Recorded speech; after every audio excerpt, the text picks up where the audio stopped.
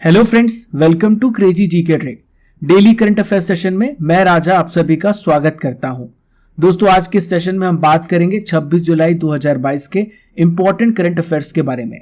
दोस्तों, मैंने इस सेशन में बहुत ही इंपॉर्टेंट और सिलेक्टिव करंट अफेयर लिए हैं जो आने वाले एग्जाम्स के लिए बहुत जरूरी है। एग्जाम कोई भी हो, आपका डेली करंट अफेयर्स यहीं से कवर होने वाला है।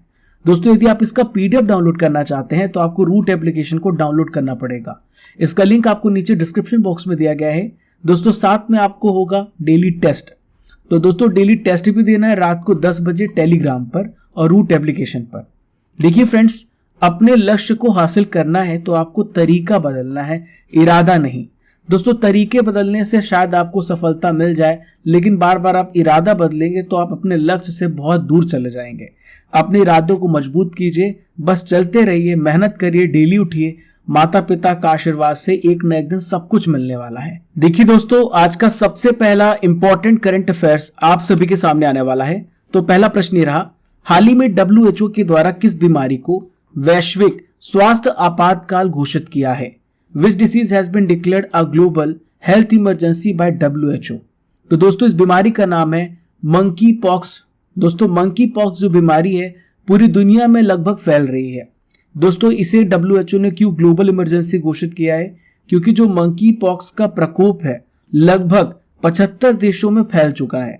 लगभग 75 देशों में 16,000 से अधिक मामले सामने आए हैं और सबसे ज्यादा मामले जो है फ्रेंड्स, जहां पे सबसे ज्यादा डेथ हुई है अफ्रीका में हुई है। अफ्रीका में 5 मौतें हुई हैं।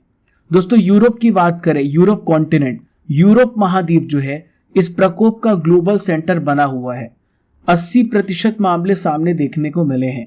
दोस्तों, भारत में भी यह पैर पसार चुका है मंकी पॉक्स वायरस। भारत में अभी हाल ही में चौथे मामले की पुष्टि दिल्ली में हुई है। इससे पहले 3 मामले केरल में देखने को मिले थे। देखिए फ्रेंड्स, मैं आपकी जानकारी के लिए बता दूं, मैंने आपको हाल ही में करंट अफेयर्स में पढ़ाया था मंकी पॉक्स डिसीज सबसे पहले केरल में देखने को मिला था। यहाँ पे अन्य ऑप्शन भी दिए गए, आइए इसको भी समझ लेते हैं। तो दोस्तों, यहाँ पे लिखा है पोलियो। जो पोलियो फ्रेंड्स, ये पोलियो वायरस की वजह से होता है। ये खासकर बच्चों को प्रभावित करता है और ये क्या कर देता है, लकवापन ला देता है जो ला इलाज होता है। देखिए फ्रेंड्स, हेपेटाइटिस जो बी है, हेपेटाइटिस वायरस की वजह से होता है। हमारे लीवर को प्रभावित करता है, यकृत को प्रभावित करता है। देखिए फ्रेंड्स, यहाँ पे लिखा है ट्यूबरक्लोसिस। तो ट्यूबरक्लोसिस जो है हमारे लंग्स को इन्फेक्ट करता है, लंग्स को प्रभावित करता है। एक प्रकार का बैक्टीरियल डिसीज है। और कौन सा बैक्टीरिया इसे रेस्पॉन्सिबल है? तो ट्यूबरक्लोसिस को माइकोबैक्टीरियम ट्यूबरक्लोसिस की वजह से होता है। ट्यूबरक्लोसिस, माइकोबैक्टीरियम ट्यूबरक्लोसिस नाम का बैक्टीरिया ट्यूबरक्लोसिस को फैलाता है। देखिए फ्रेंड्स, यहाँ पे लिखा है WHO। तो WHO के बारे में आइए जान लेते हैं। तो WHO की स्थापना हुई है 7 अप्रैल 1948 को, 7 अप्रैल 1948 को। हर साल 7 अप्रैल को मनाते हैं क्या? वर्ल्ड हेल्थ डे मनाते हैं। दोस्तों, इसका हेडक्वार्टर कहां पर है? जेनेवा, स्विट्जरलैंड में इसका हेडक्वार्टर है। देखिए फ्रेंड्स, यदि आपसे पूछा जाए कि WHO के प्रेजेंट में हेड कौन है, तो इनका नाम है टेड्रोस अधानोम। फिर से मैं बोल रहा हूं, टेड्रोस अधानोम। देखिए फ्रेंड्स, अब आइए पोस्टमार्टम करते हैं यहाँ पे मंकी पॉक्स वायरस का, क्योंकि बहुत सारे प्रश्न आपसे पूछे जा सकते हैं। तो देखिए, यदि आपसे पूछा जाए कि मंकी पॉक्स किसकी वजह से फैलता है, तो मंकी पॉक्स वायरस की वजह से फैलता है। और दोस्तों, ये जानवरों से इंसानों में फैलता है। तो एक प्रकार का ये जूनोटिक डिसीज है, ये जानवरों से इंसानों में फैलता है। मंकी पॉक्स पहली बार किस में देखा गया? तो मंकी पॉक्स पहली बार बंदर में देखा गया, 1958 में पाया गया। इसीलिए इसका नाम क्या रख दिया गया? मंकी पॉक्स रखा गया। इसका पहला मामला 1970 में कॉन्गो लोकतांत्रिक गणराज्य में सामने देखने को मिला था। दोस्तों, मंकी पॉक्स जो वायरस है ये किस फैमिली से आता है? तो ये पॉक्स विरिडे फैमिली से आता है। पॉक्स विरिडे के परिवार में ऑर्थोपॉक्स वायरस जीनस से रिलेटेड है। दोस्तों, ये जो मंकी पॉक्स है रेसेज वाले किसी व्यक्ति के निकट के संपर्क में कम्युनिकेशन के थ्रू ये फैल सकता है। क्या क्या सिम्टम्स होते हैं मंकी पॉक्स में? सिर दर्द, मांसपेशियों में दर्द, पीठ दर्द, कम ऊर्जा और सूजी हुई लिम्फ नोड्स मंकी पॉक्स के कुछ कॉमन सिम्टम्स हैं। दोस्तों, ये कमजोर प्रतिरक्षा प्रणाली जिसका इम्यूनिटी स्ट्रांग नहीं है, ऐसे लोगों के ऊपर जब ये आता है तो उनकी डेथ होने की चांसेस सबसे ज्यादा होती है। तो चलिए दोस्तों, आइए देखते हैं सेकंड इंपॉर्टेंट करंट अफेयर्स। हाल ही में पहली खेलो इंडिया फेंसिंग वीमेंस लीग कहां पर शुरू हो रही है? Where has the first Khelo India fencing women's league started? तो दोस्तों इसका आयोजन किया जा रहा है न्यू दिल्ली में। कहां पर हो रही है? न्यू दिल्ली में इसका आयोजन किया जा रहा है। ये कब से कब तक चलेगी? 25 से लेकर 29 जुलाई तक चलेगी। कहां पर? ताल कटोरा इंडोर स्टेडियम में। ये कहां पर है? नई दिल्ली में है। नई दिल्ली में इसका आयोजन किया जा रहा है। दोस्तों ये कैसा कंपटीशन है, किस प्रकार की प्रतियोगिता है? तो दोस्तों ये महिलाओं की अपनी तरह की पहली राष्ट्रीय तलवारबाजी प्रतियोगिता है और ये 3 चरणों में 3 फेजेस में आयोजित की जाएगी। इसमें दोस्तों इस आयोजन में कितनी महिलाएं भाग ले रही हैं? लगभग 300 महिलाएं इसमें भाग लेंगी। 12 राज्यों से 300 महिलाएं भाग ले रही हैं। देखिए फ्रेंड्स, यहां पे लिखा हुआ है खेलो इंडिया। अगर आपसे पूछा जाए कि खेलो इंडिया यूथ गेम्स इस बार किस राज्य में हुए हैं, तो खेलो इंडिया यूथ गेम्स हरियाणा में हुए हैं। कहां पर हुए हैं? हरियाणा में 2022 का खेलो इंडिया यूथ गेम्स हुआ है। और दोस्तों यदि आपसे पूछा जाए कि 2023 में कहां पर होगा, तो दोस्तों कर्नाटक राज्य में होगा खेलो इंडिया यूथ गेम्स 2023 में। और दोस्तों 2022 का विनर कौन सा राज्य रहा है? तो पहले नंबर पे हरियाणा रहा है। चलिए फ्रेंड्स, आइए देखते हैं तीसरा महत्वपूर्ण प्रश्न। हाल ही में आयकर दिवस मनाया गया, तो आयकर दिवस कब मनाया जाता है? When is income tax day celebrated? तो इनकम टैक्स डे मनाया जाता है हर साल 24 जुलाई को। कब मनाया जाता है? 24 जुलाई को।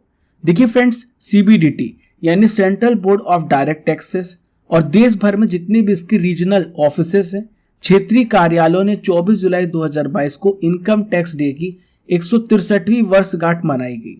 देखिए आइए समझते हैं कि आयकर दिवस की स्थापना कब हुई, इसकी हिस्ट्री क्या है। तो देखिए फ्रेंड्स, 24 जुलाई 1860 को क्या हुआ? 24 जुलाई 1860 को सर जेम्स विल्सन ने 1857 में प्रथम स्वतंत्रता संग्राम के समय, यानी जो फर्स्ट वॉर ऑफ इंडिपेंडेंस हुआ है, उसी समय ब्रिटिश सरकार को हुए नुकसान की भरपाई के लिए भारत में इनकम टैक्स की शुरुआत की थी। और इसी दिन से आयकर दिवस मनाने की शुरुआत, इस तारीख को मनाने की शुरुआत की गई।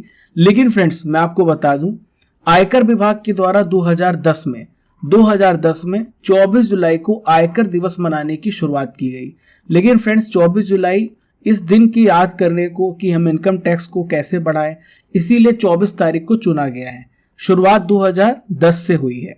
देखिए फ्रेंड्स, लास्ट ईयर क्या हुआ था? जो हमारी फाइनेंस मिनिस्टर है, इनका नाम है निर्मला सीतारमण। इन्होंने लास्ट ईयर यानी 2021-22 में 14 लाख करोड़ रुपए से अधिक का रेवेन्यू कलेक्शन करने के लिए इनकम टैक्स की सराहना की थी, क्योंकि अभी देखा जा रहा है जीएसटी की वजह से सरकार के पास बहुत ज्यादा टैक्स कलेक्शन आ रहा है।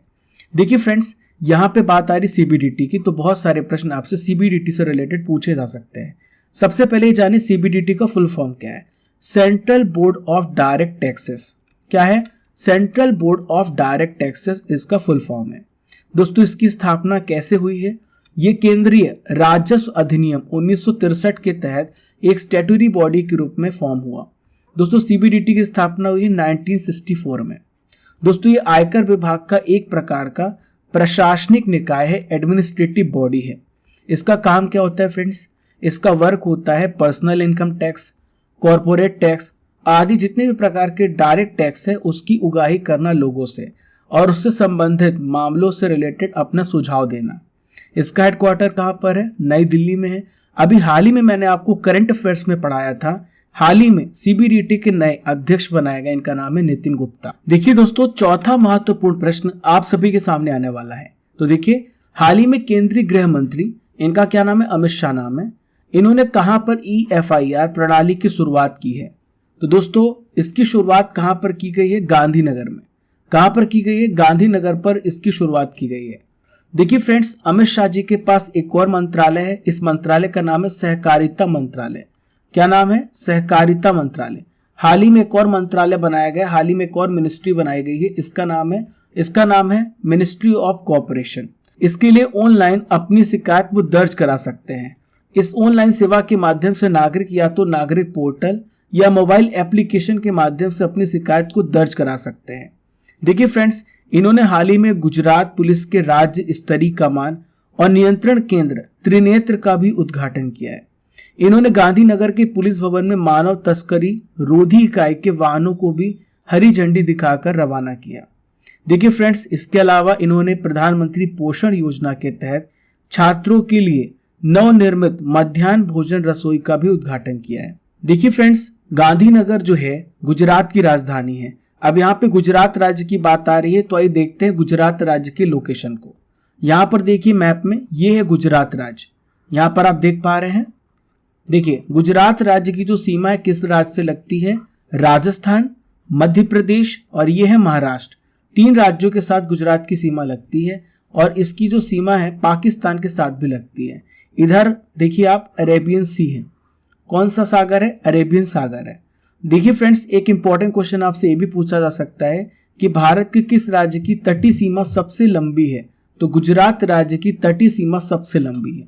इसकी स्थापना हुई है 1 मई 1960 को। दोस्तों 1 मई 1960 को गुजरात और महाराष्ट्र अलग हुए थे। देखिए गुजरात की राजधानी गांधीनगर है।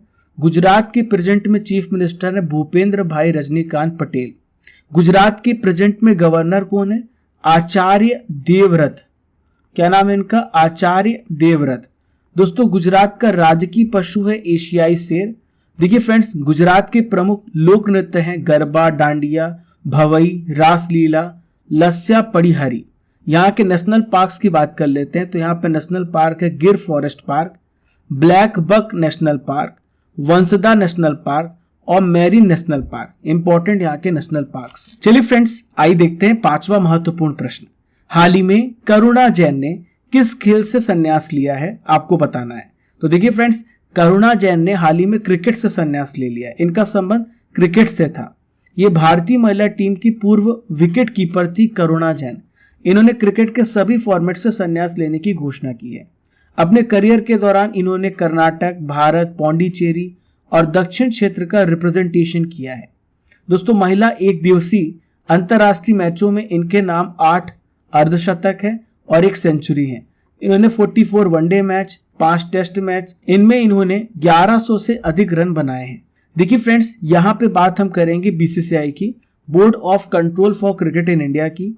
स्थापना 1928 में हुई है। वानखेड़े स्टेडियम मुंबई में इसका हेडक्वार्टर है।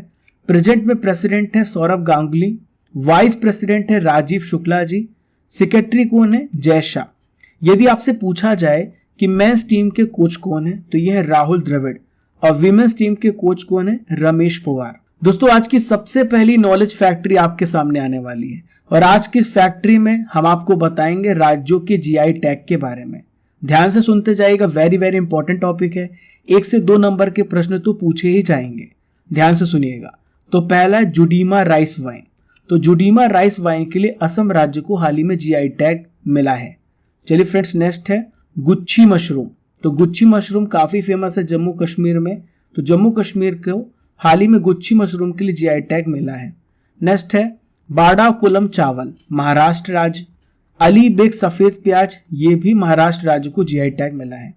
नागा खीरा फ्रेंड्स, नाम से स्पष्ट है नागालैंड को नागा खीरा के लिए जीआई टैग प्राप्त हुआ है। सिरार खोग हाथी मिर्च, ये मणिपुर राज्य से रिलेटेड है। हापुस आम, याद रखिएगा अभी हाल ही में एग्जाम में क्वेश्चन पूछा गया है। हापुस आम महाराष्ट्र में फेमस है, महाराष्ट्र राज्य को जीआई टैग मिला है। कन्याकुमारी लौंग, तमिलनाडु राज्य को जीआई टैग मिला है। तेलिया रुमाल, तेलंगाना राज्य को। लास्ट फ्रेंड्स, पलानी पंचती थर्म, दोस्तों तमिलनाडु राज्य को हाल ही में इसके लिए जीआई टैग प्राप्त हुआ है। देखिए फ्रेंड्स, एक इंपॉर्टेंट जानकारी मैं आपको दे दूं, डाउनलोड कीजिए रूट एप्लीकेशन। यहाँ पर आपको मिलेगा लाइव बैचेस, बहुत सारे विषयों के आपको लाइव बैचेस मिलेंगे। बहुत सारे कोर्सेस आने वाले हैं, बहुत सारे टीचर आने वाले हैं जहाँ पर आपको लाइव पढ़ाएंगे। अभी प्रेजेंट में यहाँ पर कौन कौन से बैच चल रहे हैं? साइंस स्पेशल बैच जो कि मेरे द्वारा चलाया जा रहा है, history special batch, arithmetic special batch by Nishit sir, polity special batch by Pankaj sir. तो ये सारे स्पेशल बैचेस चल रहे हैं। आपको लाइव एनरोल करना है रूट एप्लीकेशन पर। यदि आपको इन सभी बैचेस को ज्वाइन करना है तो आप रूट एप्लीकेशन को डाउनलोड कीजिए, वहाँ पर आपको ये सारे बैचेस मिलेंगे। बहुत सारे अमेजिंग कोर्सेज आने वाले हैं, अपने बैचेस के लिए एनरोल करें। चलिए फ्रेंड्स, आइए देखते हैं 6th इंपॉर्टेंट करंट अफेयर्स। हाल ही में केंद्र सरकार ने भारतीय ध्वज संहिता 2002 में बदलाव करते हुए क्या क्या संशोधन किए हैं, आइए फ्रेंड्स समझते हैं। तो देखिए, पहला संशोधन है ध्वज को दिन रात फहराया जा सकता है। देखिए, दूसरा है पॉलिस्टर से बने राष्ट्रीय ध्वज का उपयोग भी किया जा सकता है। दोस्तों ये जो आदेश है अभी इसमें क्या किया गया है, चेंज किया गया है। भारतीय ध्वज संहिता 2002 में आदेश के जरिए संशोधन किया गया है। भारतीय राष्ट्रीय ध्वज का प्रदर्शन या फिर फहराना या उपयोग करना भारतीय झंडा संहिता 2002 और राष्ट्रीय गौरव अपमान निवारण अधिनियम 1971 के तहत आता है। अब आइए सारे नए नियम को समझते हैं। क्या इसमें नए नियम, क्या बदलाव किया गया है। दोस्तों, भारतीय ध्वज संहिता 2002 के भाग 2 के पैरा 2.2 इसके खंड 11 में इस तरीके से चीजें बदलाव की गई हैं। पहला, जहां झंडे खुले में प्रदर्शित किया जाता है या किसी नागरिक के घर पर प्रदर्शित किया जाता है, इसे दिन रात फहराया जा सकता है। पहले क्या नियम था, तिरंगे को केवल सूर्योदय से सूर्यास्त तक फहराने की अनुमति थी। दूसरा है, इसी तरह झंडा संहिता के अन्य प्रावधान में बदलाव करते हुए यह कहा गया है, राष्ट्रीय ध्वज को हाथ से काता, हाथ से बुना हुआ या मशीन से बना हुआ होगा। ये कपास, पॉलिस्टर, ऊन, रेशमी, खादी से बना होगा। इसके पहले क्या था फ्रेंड्स, मशीन से बने, पॉलिस्टर से बने राष्ट्रीय ध्वज के उपयोग की अनुमति नहीं थी। अब इसमें बदलाव कर दिया गया है, अब ये कपास, पॉलिस्टर, ऊन, रेशमी, खादी से बना होगा। अब दोस्तों, ध्वज से संबंधित कुछ इंपॉर्टेंट नियम है, ध्यान से सुनिएगा, मैं आपको बताता हूं। देखिए, 2002 से पहले आम लोगों को सिर्फ स्वतंत्रता दिवस, गणतंत्र दिवस पर तिरंगा फहराने की छूट थी। लेकिन फ्रेंड्स, 26 जनवरी 2002 को इंडियन फ्लैग कोड में संशोधन किया गया, जिसके बाद अब कोई भी नागरिक किसी भी दिन झंडा फहरा सकता है। झंडे का आकार आयताकार होना चाहिए। इसकी लंबाई चौड़ाई के अनुपात 3:2 का होना चाहिए। केसरिया रंग को नीचे की तरफ करके झंडा लगाया या फहराया नहीं जा सकता। झंडे को आधा झुकाकर नहीं फहराया जाएगा, सिवाय उन मौके पर जब सरकारी इमारतों पर झंडा झुकाया जाता है और उसका फहराने के आदेश जारी किए जाते हैं। झंडे को कभी भी जमीन पर नहीं रखा जा सकता। झंडे को कभी भी पानी में नहीं डुबाया जा सकता। झंडे का कमर्शियल इस्तेमाल नहीं किया जा सकता। किसी को सलामी देने के लिए झंडे को झुकाया नहीं जाएगा। अगर कोई शख्स झंडे को किसी के आगे झुका देता है, उसका वस्त्र बना देता है, मूर्ति में लपेट देता है या किसी मृत व्यक्ति के शव पर डालता हो, ये तिरंगे का अपमान कहा जाएगा। देखिए फ्रेंड्स, तिरंगे की यूनिफॉर्म बनाकर पहनना भी गलत है। झंडे पर किसी तरह का अक्षर नहीं लिखा जाना चाहिए। किसी दूसरे झंडे या पताके को राष्ट्रीय झंडे से ऊंचा या उससे ऊपर या उसके बराबर नहीं लगाया जा सकता। ये सारे नियम मैंने आपको बता दिए एक इंपॉर्टेंट क्वेश्चन में। चलिए फ्रेंड्स, आइए देखते हैं 7th इंपॉर्टेंट करंट अफेयर्स। तो 7th इंपॉर्टेंट करंट अफेयर्स ये रहा, हाल ही में वैश्विक ऊर्जा पुरस्कार की घोषणा हुई है। तो वैश्विक ऊर्जा पुरस्कार किन्हें प्राप्त हुआ है? तो दोस्तों, इनका नाम है कौशिक राजशेखर। कौशिक राजशेखर को यह पुरस्कार मिला है। दोस्तों, ह्यूस्टन विश्वविद्यालय में भारतीय मूल के प्रोफेसर कौशिक राजशेखर ने वर्ष 2022 के लिए प्रतिष्ठित वैश्विक ऊर्जा पुरस्कार जीत लिया है। देखिए फ्रेंड्स, आखिर इन्हें पुरस्कार क्यों मिला है? तो दोस्तों, इन्होंने परिवहन विद्युतीकरण यानी इलेक्ट्रिकल व्हीकल्स पे ज्यादा फोकस करना, ऐसी एनर्जी पर डिपेंडेंसी कम करना जो एक दिन खत्म होने वाली है, यानी फ्रेंड्स कन्वेंशनल एनर्जी जो कोल पे बेस्ड होती है या फिर जो कि पेट्रोलियम बेस्ड है, उनको कम करते हुए इलेक्ट्रिकल व्हीकल्स का इस्तेमाल करने पर फोकस किया। इनके उत्कृष्ट योगदान के लिए पुरस्कार मिला है। यह पुरस्कार किसके द्वारा दिया जाता है? ग्लोबल एनर्जी एसोसिएशन के द्वारा। इसकी शुरुआत पहली बार 2003 में की गई। दोस्तों, यहाँ पे पुरस्कारों की बात आ रही है तो आइए रिवीजन करते हैं कुछ इंपॉर्टेंट पुरस्कार। फिल्म निर्माता केपी कुमारन जेसी डेनियल अवार्ड 2022 से सम्मानित किए गए। चलिए मित्रों, आइए देखते हैं 8वां महत्वपूर्ण प्रश्न। हाल ही में किसने सशस्त्र बलों के बीच समन्वय बढ़ाने के लिए यानी कोऑर्डिनेशन बढ़ाने के लिए तीनों सेनाओं के संयुक्त थिएटर कमांड की स्थापना की घोषणा की है? तो दोस्तों, हाल ही में घोषणा की है भारत के वर्तमान रक्षा मंत्री राजनाथ सिंह जी ने। दोस्तों, थिएटर कमांड कैसा होगा? प्रत्येक थिएटर कमांड में क्या क्या शामिल होगा? इसमें थल सेना होगी, इसमें नौसेना होगी और इसमें वायुसेना की इकाइयां, यूनिट्स होंगी। ये सभी मिलकर के काम करेंगे। ये सभी एक विशिष्ट भौगोलिक क्षेत्र, स्पेसिफिक ज्योग्राफिकल एरिया में सुरक्षा चुनौतियों का सामना करने वाले एक यूनिट के रूप में काम करेंगे। इनके बीच में कोऑर्डिनेशन बढ़ेगा, इनके बीच में जो अंडरस्टैंडिंग है वो बढ़ेगी, इसलिए इसकी स्थापना की गई है। देखिए फ्रेंड्स, यहाँ पे हम चीफ ऑफ आर्म फोर्सेस के बारे में बात करेंगे। तो सेना प्रमुख यानी थल सेना प्रमुख कौन है? जनरल मनोज पांडे जी हैं। हाल ही में नियुक्त किए गए हैं। भारत के किस नंबर के थल सेना प्रमुख बनाए गए? कमेंट बॉक्स में बताइए। दोस्तों नौसेना प्रमुख की बात करें तो इनका नाम है एडमिरल आर हरि कुमार। क्या नाम है? Admiral R Hari Kumar. वायुसेना प्रमुख कौन है? वायुसेना प्रमुख है friends marshal V R Chaudhari. देखिए फ्रेंड्स, आज का ज्ञान का पिटारा आप सभी के सामने है। ज्ञान के पिटारे में आइए हम डिस्कस करते हैं इंपॉर्टेंट स्टैटिक जीके को। तो देखिए फ्रेंड्स, भारतीय विज्ञान संस्थान कहां पर स्थित है? वेरी वेरी इंपॉर्टेंट क्वेश्चन, कई एग्जाम्स में क्वेश्चन पूछा गया है। तो भारतीय विज्ञान संस्थान कहां पर है? बेंगलुरु में है। इंडियन इंस्टीट्यूट ऑफ साइंस कहां पर है? बेंगलुरु में है। अब आइए देखते हैं फ्रेंड्स, भारत में और भी अन्य संस्थान जो एग्जाम की दृष्टि से महत्वपूर्ण है। तो देखिए, केंद्रीय चावल अनुसंधान संस्थान कहां पर है? कटक उड़ीसा में है। भारतीय गन्ना अनुसंधान संस्थान लखनऊ यूपी में है। केंद्रीय वन अनुसंधान संस्थान देहरादून में है, उत्तराखंड राज्य में। भारतीय खगोल संस्थान बेंगलुरु कर्नाटक में है। केंद्रीय सड़क अनुसंधान संस्थान नई दिल्ली में है। केंद्रीय आलू अनुसंधान संस्थान शिमला हिमाचल प्रदेश में है। चलिए दोस्तों, आइए देखते हैं 9th इंपॉर्टेंट करंट अफेयर्स। हाल ही में भारत और किस देश की नौसेना के बीच समुद्र साझेदारी अभ्यास MPX का आयोजन किया गया? The maritime partnership exercise has been conducted between India and which countries navy? तो दोस्तों MPX maritime partner exercise Bharat और जापान के बीच में हुआ है। किसके बीच में हुआ है? भारत और जापान के बीच में हुआ है। दोस्तों Japan maritime self defence force और भारतीय नौसेना के बीच में कहां पर? अंडमान सागर में हुआ है मैरीटाइम पार्टनरशिप एक्सरसाइज। भारत की तरफ से INS सुकन्या और JS समिदारे ने हिस्सा लिया है। इस अभ्यास का मुख्य उद्देश्य है दो देशों के बीच में, इस अभ्यास का क्या उद्देश्य है? दो देशों के बीच में इंटर ऑपरेबिलिटी को बढ़ाना, यानी एक दूसरे के बीच में अंडरस्टैंडिंग को बढ़ाना, एक दूसरे के देश के बीच में समझ को डेवलप करना, ताकि आने वाले किसी भी चुनौतियों का सामना दोनों देश मिलकर के कर सके। देखिए यहाँ पे युद्ध अभ्यास की बात आई है, तो भारत और अन्य देशों के बीच में कुछ इंपॉर्टेंट युद्ध अभ्यास है जो आने वाले एग्जाम्स के लिए जरूरी है। आइए डिस्कस करते हैं। पहला अभ्यास है जिमैक्स। तो जिमैक्स जो है भारत और जापान के बीच में होता है। तो देखिए जिमैक्स आप इस प्रकार से याद रख सकते हैं, जे लगा हुआ है, आई लगा हुआ है, जापान और इंडिया। शिन्यू मैत्री ये भारत और जापान के बीच में होता है।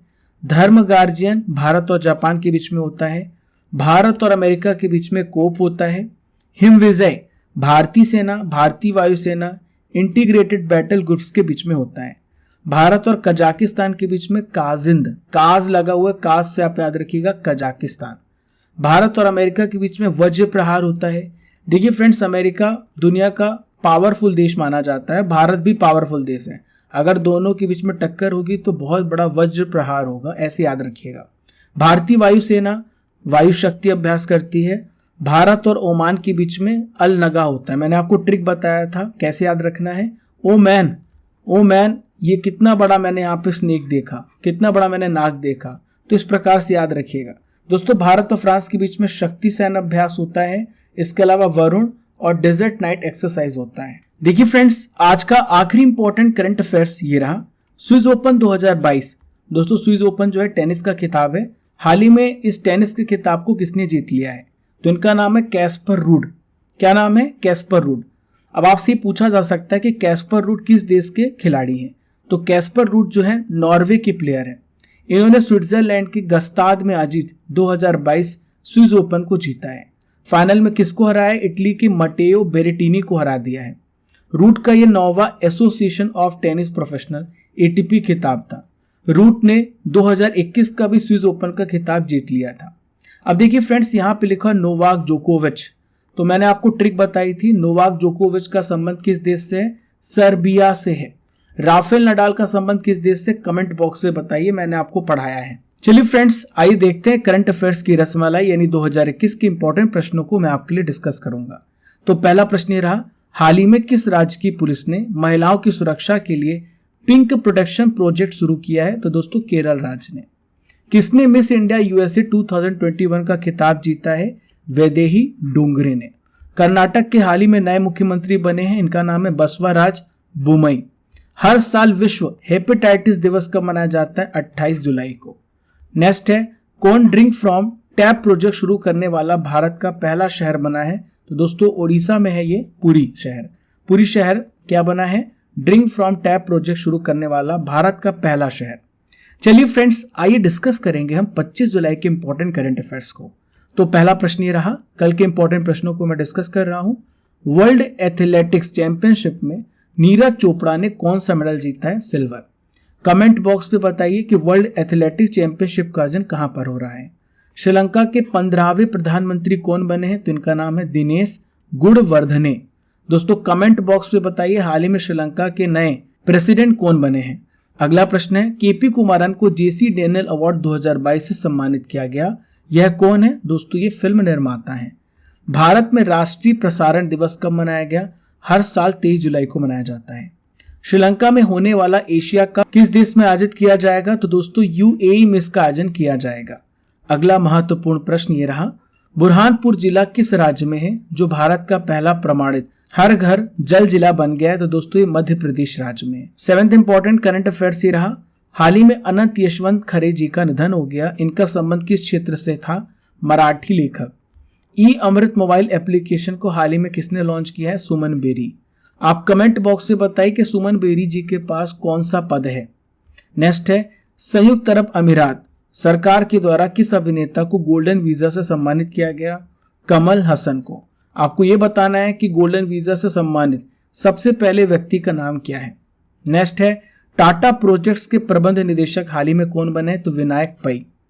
दोस्तों मैं आपसे प्रश्न करूंगा जिसका उत्तर आपको कमेंट बॉक्स पे देना है। तो प्रश्न आपके सामने ये रहा, 2 प्रश्न है फ्रेंड्स। यहाँ पर देखिए, इस प्रसिद्ध किले का नाम क्या है? इस इमेज में देख के बताइए कि इस प्रसिद्ध किले का नाम क्या है। दूसरा प्रश्न है, मानव में मंकी पॉक्स का पहला मामला किस वर्ष देखा गया था? आपको इन दोनों प्रश्नों का उत्तर आपको कमेंट बॉक्स पे बताना है। डियर स्टूडेंट्स, ये था 25 जुलाई के इंपॉर्टेंट करंट अफेयर्स का रिवीजन। हमने डेली करंट अफेयर्स में 26 जुलाई के करंट अफेयर्स को भी आपके लिए कवर कर लिया है। आशा करता हूं कि आपको ये सेशन बहुत ज्यादा इंटरेस्टिंग लगा होगा, बहुत सारी इंपॉर्टेंट जानकारी आपने जानी होगी। इस 20 से 25 मिनट के सेशन में हमने लगभग 150 इंफॉर्मेशन कवर की होगी। दोस्तों हमारा मकसद है आपके समय को बचाना, कम समय में इंपॉर्टेंट और महत्वपूर्ण जानकारियां आप तक पहुंचाना। पहली बार हमारे चैनल पर आ रहे हैं तो don't forget to subscribe and press the bell icon button. और दोस्तों don't forget to like and share and subscribe our channel crazy GK trick. जय हिंद, जय भारत। जब तक तोड़ेंगे नहीं तब तक छोड़ेंगे नहीं।